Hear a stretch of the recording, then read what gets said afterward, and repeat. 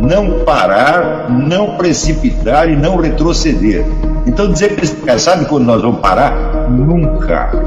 Nunca na sua porca vida. Né?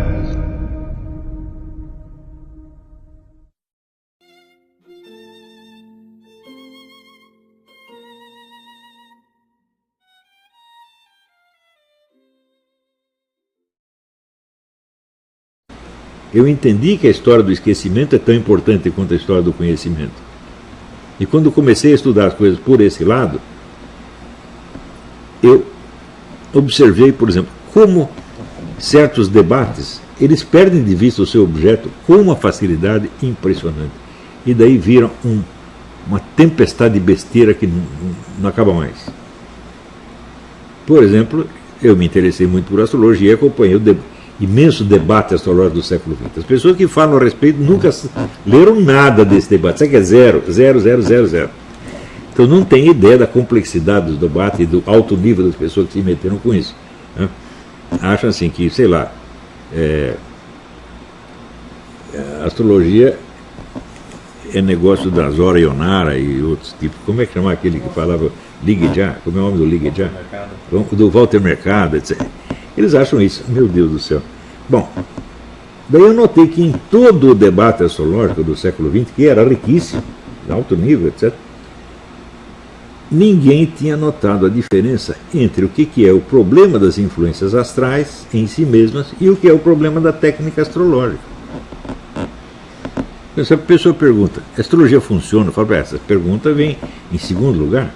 Em primeiro lugar, você tem que saber se existe alguma relação entre os fenômenos astrais e os fenômenos terrestres. Caso ela exista, aí teremos de perguntar se o que os astrólogos dizem a respeito é verdadeiro ou falso. Mas você não pode responder esta pergunta e ter respondido a primeira. Então eu vi que um século de debate tinha perdido o rumo completamente. E que, portanto, a questão da astrologia ainda estava em aberto. Ninguém sabia por nenhum a respeito. Agora, o pessoal não disse assim, o Olavo é o astrólogo guru do Bolsonaro. Quer dizer, é coisa de criança imbecil. Tá vendo?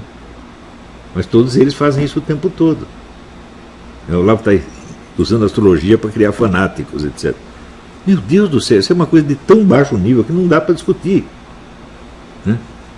Então, aparece aí Júlio Sonzero, Henri Bucetalho,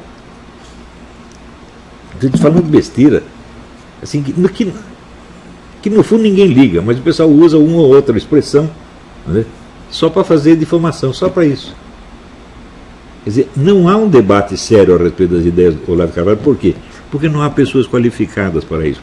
No Brasil acadêmico inteiro, não há pessoas qualificadas para discutir o meu pensamento. Não tem nenhum, a não ser os meus próprios alunos.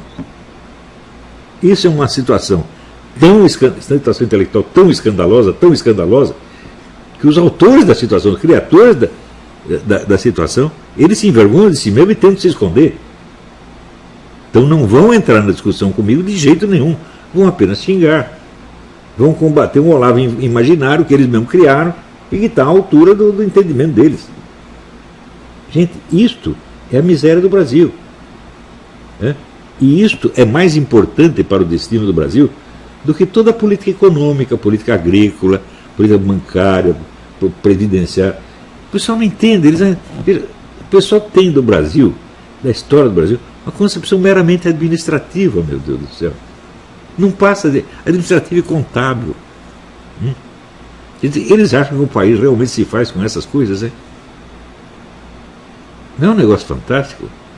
Quer dizer, tem uma concepção contábil do Brasil. Não vai passar disso. Ora,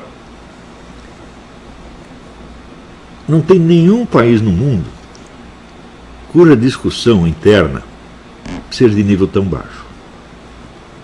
Não tem nenhum. Se você pegar dos nossos ministros, por exemplo, o mais inteligente deles, que é o Paulo Guedes, a concepção dele já não é contábil, é econômica. Então, um pouquinho acima. Mas se perguntar para ele os componentes psicológicos da sociedade brasileira, ele jamais os estudou. Porque isso só vai aparecer na documentação cultural existente. na literatura, nas artes, né, nas práticas de ensino, na moral doméstica. Que no Brasil eu só vi um livro sobre a moral doméstica, escrito pela Mary Del Priore, que no concurso da Fundação Joaquim Nabuco, eu estava no júri, eu dei o prêmio para ela, por causa do livro História das Crianças no Brasil. O único livro que eu vi sobre educação doméstica brasileira. Você quer uma coisa mais importante para a formação de um país do que a educação doméstica? Aquilo que a mãe meteu na cabeça das criancinhas vai ficar para sempre. A influência do professor é bem mais superficial. Então, para entender um país, meu filho, você tem que começar por entender a educação doméstica. Deu para entender? Agora, você pega lá o nosso ministro da Educação. O que o senhor leu sobre a educação doméstica brasileira? Nada, nunca. Pronto, acabou. Você está entendendo? Então, botamos lá um economista. Ele vai distribuir melhor o dinheiro do ministério. Vai dar dinheiro para um monte de gente, ficar todo mundo contente e dizer que era um grande ministro. É assim, pô. Se você pegar todos os caras que foram ministros da Educação no Brasil, quantos educadores tem ali? Deve ter um ou dois no máximo, que não conseguiram fazer nada. Veja, eu não sei julgar o trabalho do Weintraub no Ministério. Eu sei que o Weintraub é uma pessoa excelente. Mas eu não sei julgar o trabalho dele lá, porque eu não acompanhei. Né? Agora, eu sei que o que fizeram com ele é uma sacanagem, porque ele não é um cara desonesto, não fez nada para ferrar com a educação brasileira, não fez mesmo. Agora, quando aparece um nhonho dando palpite sobre educação, mas o nhonho não educou a si próprio, porra. É um semi-analfabeto. O número de semi-analfabetos que fala dos outros com ar de superioridade no Brasil é uma coisa impressionante. Por que acontece isso? Veja, tudo isso é culpa de uma instituição chamada universidade. Até os anos 50, 60, nós tínhamos uma atividade cultural, intelectual invejável. Através de publicações como a Revista Inteligência, como o suplemento literário do Jornal do Brasil, o suplemento literário do Estado de São Paulo, certo? Tinha várias, a Revista Leitura, etc., a Revista Brasiliense. Então você tinha uma vasta comunidade intelectual capaz de acompanhar os grandes debates no mundo. Por que isto sumiu? Sumiu porque a formação universitária assambarcou o poder sobre toda a atividade intelectual. O que acontece na formação universitária? O sujeito que se guia pela sua formação universitária, ele tende a acreditar piamente que a ciência que ele aprendeu é a rainha das ciências. Então, se ele estudou sociologia, é tudo sociológico. Se estudou medicina, é tudo médico. Se estudou fisiologia, é tudo fisiológico. Se estudou física, é tudo físico. E ele não consegue ter a amplitude intelectual de um intelectual antigo, que lia tudo. Vocês podem comprar na estante virtual, compra essa revista que se chamava Inteligência, Mensário da Opinião Mundial. Você vai ver o nível das discussões. Todos os participantes estavam aptos a discutir qualquer assunto, porque se não era assunto da sua especialidade, ele assimilava, estudava aquilo e pronto, acabou. Agora, a formação universitária concentra o sujeito numa especialidade já desde o início. E ele nunca vai conseguir sair dos limites daquilo. Só que acontece o seguinte: alguma realidade, por mínima que seja, pode ser abarcada por alguma ciência em especial? Resposta: não, nenhuma. Nenhuma realidade está ao alcance de nenhuma ciência em especial. Porque o objeto da ciência em especial é um objeto abstrativo, não é um objeto real. Não é um objeto da experiência real. Ele é um recorte abstrativo feito para enfocar desse objeto os aspectos que correspondem aos métodos desta ciência. E há mais nada. E se você fizer um monte de enfoques desse tipo, agora vamos fazer a interdisciplina, não dá. Por quê? Porque você perdeu já o senso da experiência real. Agora, você juntando várias experiências científicas, você vai compor o objeto real? Não, não vai. Então, é o que falava o Edmundo Husserl. Existe o mundo da vida, o Lebenswelt. Antigamente, a discussão intelectual se dava em torno do Lebenswelt, a experiência real dos seres humanos reais. Agora não, você pega várias experiências recortadas por ciências especiais e quer juntá-las para formar uma coisa. É a mesma coisa que você cortar vários pedaços do ser humano, corta o braço de um, a cabeça do outro, o dedão do pé do terceiro e junta para criar um. Você criou um Frankenstein. Então a vida intelectual virou um Frankenstein, gente. Por quê? A divisão das disciplinas acadêmicas não corresponde à divisão das partes e aspectos do mundo real. E essa divisão? A divisão é apenas um conjunto de departamentos. Aqui tem o departamento de física, ali tem o departamento de matemática, aqui tem o departamento de música. Somando tudo isso não cria o mundo real. Ao contrário, tudo isso nasce do mundo real e não pode abarcá-lo. Então toda essa gente teria que entender que por baixo e na verdade por cima da sua cultura universitária existe a cultura geral do intelectual, que é a formação do intelectual para os debates públicos, meu Deus do céu, onde ele tem que estar aberto a conhecimento de todas as proveniências, não só da ciência universitária. Tem que pegar conhecimento que vem do folclore, que vem da opinião pública, que vem das crendices. Tem que pegar tudo. Você tem que pegar até as teorias loucas, gente. Quer dizer, o cara que está na universidade, ele acredita que ele domina o assunto. Então, quando aparece uma ideia esquisita, ele já rejeita, porque, isso é crendice, é teoria da conspiração. Como é que você sabe, meu Deus do céu? Quantas ideias não surgiram como teoria da conspiração e depois se confirmaram? A minha própria ideia, o negócio do Foro de São Paulo. Todo mundo dizendo, não, é teoria da conspiração, é que não existe. Quem ganhou a briga fui eu, porque eu estava dizendo a verdade, eles estavam mentindo. Eu estava falando de dados do mundo real, inclusive da minha experiência pessoal. E eles estavam falando do quê? Do recorte das suas ciências em particular, como aquele merdinha do Paulo Roberto de Almeida. Não, esse negócio de globalismo não existe, isso é teoria da conspiração. E agora ele vai dizer a mesma coisa? Agora que o poder globalista já se mostrou com toda a sua feiura, depois desse negócio do Coronga? Está vendo? Entende por que eu acerto as minhas previsões e a comunidade acadêmica e jornalística inteira erra? Eles não têm mais ideia do que é o estudo, do que é a cultura, da cultura pessoal, eles não têm mais essa ideia. Isso se perdeu graças a essa porcaria de instituição chamada universidade. A universidade, obviamente, não foi feita para isto. Mas no momento em que o conjunto dos estudos começa a se modelar segundo uma estrutura da autoridade intelectual, acabou.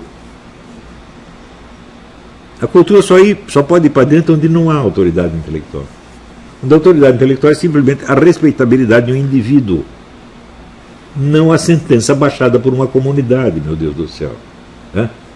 Então, toda época você tem os intelectuais mais poderosos da época, mais talentosos. Tá certo? Esses são uma autoridade intelectual. Mas não no sentido em que um departamento universitário é. O departamento universitário pode demitir você. O escritor que você admira pode te demitir? Não pode. Então ele influencia pelo poder da sua personalidade e da sua palavra, e não pela sua autoridade burocrática profissional. Está entendendo? Na hora que a autoridade burocrática profissional começa a predominar sobre o talento real, acabou a vida intelectual, gente. E isso é o que acontece no Brasil. Está cheio de gente diplomada e só tem analfabeto. Quantos caras tem no Brasil para discutir comigo? Não tem mais, pô. E você acha que eu gosto disso? Os caras dizem, você é o maior filósofo brasileiro. Grande merda ser o maior filósofo brasileiro. Não tem outro. Estou concorrendo só comigo mesmo. Não... É uma superioridade, mas não tem mérito. Ser o maior filósofo de um país que não tem filósofo, grande porcaria. Você não vai entender por que os russos, atualmente estão transformando o governo russo, o Estado russo, numa espécie de Estado clerical, religioso, cristão, onde é proibido propaganda gay, as putas vão para cadeia, etc, etc. Aquele negócio hipermoralista que os cristãos aqui, os protestantes, ficam, sabe, com o coração na mão, de São Putin. Eles estão, ao mesmo tempo eles fazem isso, e ao mesmo tempo eles dão todo o apoio para o pessoal islâmico que está matando o cristão a rodo. O pessoal não entende isso. Eu digo, mas escuta, mas cabeça comunista é assim, meu filho. Você sempre vai por duas linhas opostas. Se não der certo aqui, dá certo ali, ou dá certo a fusão das duas. É sempre assim. O negócio chama dialética, porra. É tese, antítese, síntese. E não é tese, antítese e síntese só um negócio automático. Não, você tem várias teses, várias antíteses e várias sínteses possíveis. O negócio é de uma flexibilidade monstruosa. Mas cabeça de liberal, de conservador, só não funciona assim, né?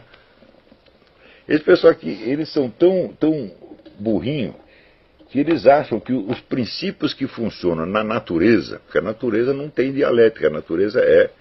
Quer dizer, o pior livro do marxismo é a Dialética da Natureza, de Friedrich Engels, que está todinho errado da primeira à última parte, né? Que ele quer provar assim, a semente é a tese, a terra é a antítese e a planta é a síntese. Você fala, puta que pariu, não há saco humano que aguente isso, né? Mas acontece que no reino da história e da sociedade, a dialética funciona porque a cabeça humana só funciona por oposições. A cabeça humana não funciona como um computador, ela vai sempre por... Você vê, você faça essa experiência, né? Quando você acredita em alguma coisa, imediatamente não surge na sua cabeça objeções contra aquilo. Por exemplo, você pode conceber a fé religiosa sem a dúvida e a negação? Não, não tem. Até na cabeça do Papa tem dúvida, só não tinha na cabeça de Jesus Cristo, né? Os outros, todo mundo, Jesus Cristo e Nossa Senhora. O resto, todo mundo. Quanto mais você acredita, a dúvida está lá. Então a cabeça humana funciona assim, como já Platão e Aristóteles tinham descoberto.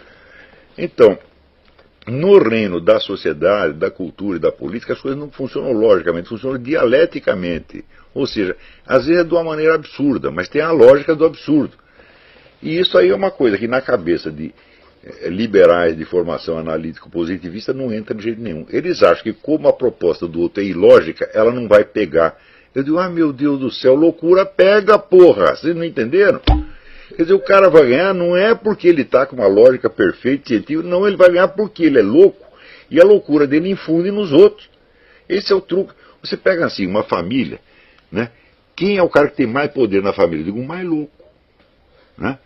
Aquele que faz aquela cara de maluco, chora, faz chantagem emocional, diz, você não me ama. Tá. Esse consegue tudo e manda em todo mundo. Então, é a lógica da loucura, porra. Quer dizer, é a lógica da conduta humana, não é a lógica da física, meu Deus do céu. Não é a lógica da matemática, não é a lógica linear. É uma lógica dialética que funciona por oposições e por absurdidades. Enquanto ele não penetrar a cabeça desse pessoal que pensa dialeticamente, nós não vamos entender merda nenhuma, eles vão continuar nos dando um baile, eles vêm com propostas absurdas, e as propostas ganham, porra. Você quer ver um negócio? Agora esse cara está falando controle de armas. Aproveitaram, né, o choque do negócio de Sandy Hook, de precisamos tomar as armas, etc, etc. Espera um pouquinho, né? Desde os anos 80, quantos massacres tipo Sandy Hook houve nos Estados Unidos? 62. Quantos proprietários de armas tem nos Estados Unidos? 120 milhões. Quem disse que se você começar tomando as armas dos 120 milhões, você vai conseguir acertar justamente aqueles 62 autores possíveis de massacres do tipo Sandy Hook? Hã? Isso é a mesma coisa de que você dinamitar um quarteirão para matar 62 baratas. Você pode dinamitar o quarteirão inteiro, você não vai acertar 62 baratas. Esse é o primeiro elemento. Segundo elemento, quantas pessoas morrem por ano em ataques à arma de fogo nos Estados Unidos? 8 mil. Então, os Estados Unidos têm aproximadamente entre 12 e 15 mil homicídios por ano, 4 vezes menos que o Brasil, com os 100 milhões de habitantes a mais que tem nos Estados Unidos, tem, né, 1/4 dos homicídios que tem nos Estados Unidos, e desses homicídios apenas 8 mil são praticados com armas de fogo. Em contrapartida, 400 mil pessoas por ano, 400 mil pessoas por ano se livram de ataques homicidas reagindo de armas na mão. Então isso quer dizer, para você eliminar 8 mil homicídios, você vai fomentar outros 400 mil. É uma coisa que não faz sentido absolutamente. Mas justamente porque não faz sentido é que as pessoas apoiam que elas querem isto. Por quê? Veja, quando um esquerdista diz, eu quero diminuir a violência, você não pode entender que ele quer isto. Hein? Se o que ele está fazendo é diminuir a violência, ele vai tirar proveito político disso, dizendo, está vendo, fui eu que pacifiquei o país. E se aumentar formidavelmente a violência, ele também vai tirar proveito disto. Por quê? Porque isto fomenta a situação revolucionária que ele deseja, ou para explodir o establishment, ou para o contrário, se ele estiver no comando do establishment, para justificar, né, a política de repressão geral que ele quer impor. Então, você vê, é tudo com pensamento duplo, vai para cá ou vai para lá. E a gente tem que entender isso. A língua dupla, né, o bilingues maledictus de que fala a Bíblia, está no coração do esquerdismo internacional. Não só do esquerdismo, mas de todo e qualquer movimento revolucionário. Seja comunista, fascista, nazista, anarquista, todos eles têm o pensamento duplo. E pessoa de pensamento duplo, é difícil você lidar com ela. E por isso mesmo eu digo, quanto mais maluco o sujeito, mais vantagem ele leva. Você vê, uma pessoa normal não é capaz de ter a agressividade psicológica que tem um louco. E na base da agressividade psicológica, a pessoa domina todo mundo. Qualquer de vocês pode depor, não tem na sua família uma pessoa psicologicamente violenta, que todo mundo acaba concordando com ela para não contrariar, para não criar mais problema. É assim na política, é a mesma coisa. Né? Então, do mesmo modo que Obama está preparado para tirar proveito da destruição econômica dos Estados Unidos ou da sua recuperação, ele também está preparado para tirar proveito, seja da diminuição, seja do aumento da criminalidade armada. As duas coisas valem para ele. Tá certo? Então, isso quer dizer, você nunca pode discutir com essas pessoas na base da honestidade e da racionalidade. Você sempre tem que estar preparado para o fato de que eles têm 1, 2, 3, 4, 15 cartas na manga, ou 20 coelhos na cartola, tá entendendo? Eles se adaptam a qualquer coisa. Se você estudar a história do marxismo, você vê que o marxismo é uma teoria que consegue, no dia seguinte, dizer o contrário do que dizia na véspera, e todo mundo continua dizendo que aquilo é marxismo, meu Deus do céu. Você vê, Karl Marx começou dizendo que a estrutura de classe, a divisão de sociedade em classe, determina o curso da política.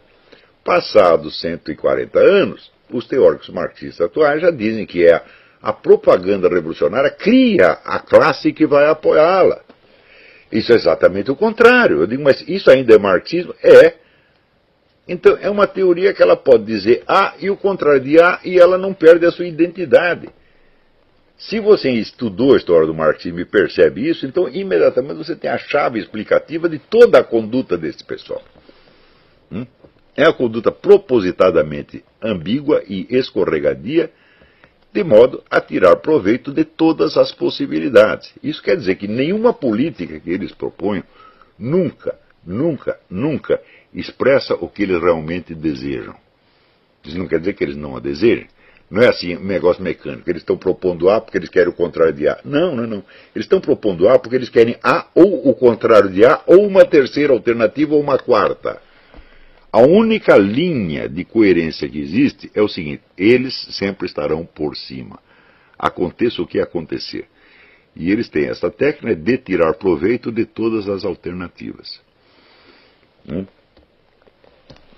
Então, para você ver como são as coisas aqui. Umas semanas atrás eu estava aqui lendo este livrinho. A criminalização do Estado na África. Jean-François Bayart, B-A-Y-A-R-T. Mostrando que o governo da África do Sul, né, hoje em dia é uma cleptocracia. É o governo dos gangsters, dos traficantes, dos assassinos, ou seja, o negócio degringolou. Daí quando as pessoas veem isso, que é um fato que elas não podem negar, o que elas dizem? Ah, mas que pena, porque começou tão bem com aquele movimento democrático do Nelson Mandela, né, tinha promessas maravilhosas e as promessas foram traídas, etc, etc. Bom, eu também estava interpretando assim quando me chega a notícia do seguinte: descobriram que o Nelson Mandela sempre foi membro do Partido Comunista Sul-Africano, meu Deus do céu. Então os ideais não foram traídos, é simplesmente a dialética, meu filho. Você fala um movimento e se dá uma democracia, paz e ordem, muito bem, você tira proveito. E se tudo degringolar e virar um estado criminal e começar a ter tiroteio para tudo quanto é lado e roubalheira, você também tira proveito, porra. Você vê, o PT no Brasil não fez carreira como o partido da lei e ordem, o partido moralista, o partido que ia moralizar o país, que ia acabar com a corrupção. Foi o partido que mais tirou proveito do discurso anticorrupção naquelas famosas CPIs dos anos 90. Naquele mesmo momento, eles já estavam preparando o sistema de informações que ia depois possibilitar um mensalão. Ou seja, nós tiramos proveito da paz e ordem como nós tiramos proveito da bagunça e da putaria, dá na mesma. É? Então, por exemplo, quando eles defendem esse negócio de casamento gay, você acha que eles são a favor de casamento gay? Não, eles são a favor e contra. É?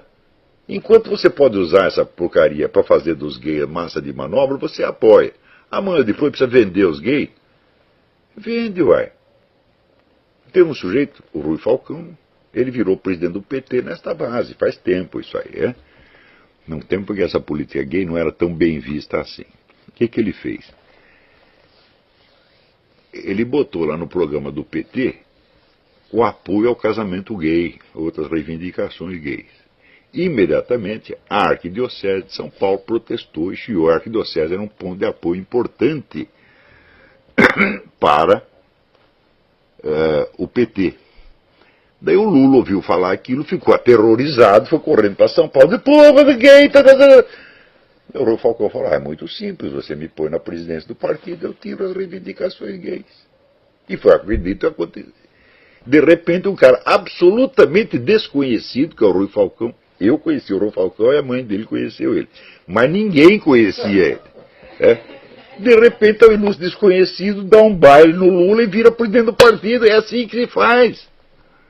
Eles sempre foram assim e sempre serão assim. Né? Você vê, por exemplo, quando houve a Revolução Russa, os comunistas eram todos a favor do amor livre. Né? Então, começou aquele negócio de uma revolução, no dia seguinte está todo mundo comendo todo mundo, e aparece então uma geração de filhos de ninguém. Não é isso? Esses filhos de ninguém, evidentemente, viram todos delinquentes. Tá certo? E daí criam um problema de delinquência, e daí o governo falou, então vamos acabar com essa putaria, agora nós vamos instaurar um moralismo mais estrito. E o que nós vamos fazer com esses moleques de rua, com esses delinquentes? Nós vamos matar todos.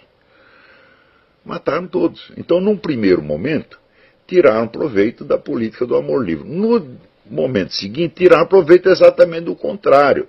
E o cara que inventou a política do amor livre, que foi o Karl Radek caiu em desgraça, e botaram ele, aonde que o Stalin mandou prender ele? Numa prisão de delinquentes juvenis, os quais mataram Karl Radek a pontapés, pisando no velho. O movimento comunista tira proveito de tudo isso e vai sempre progredindo, meu filho. Né? Então, é um negócio que tem no Shakespeare. Como vai o mundo? Bom, ele se destrói, mas ele continua crescendo. O movimento comunista é isso. Quer dizer, é a lógica da destruição, tá certo?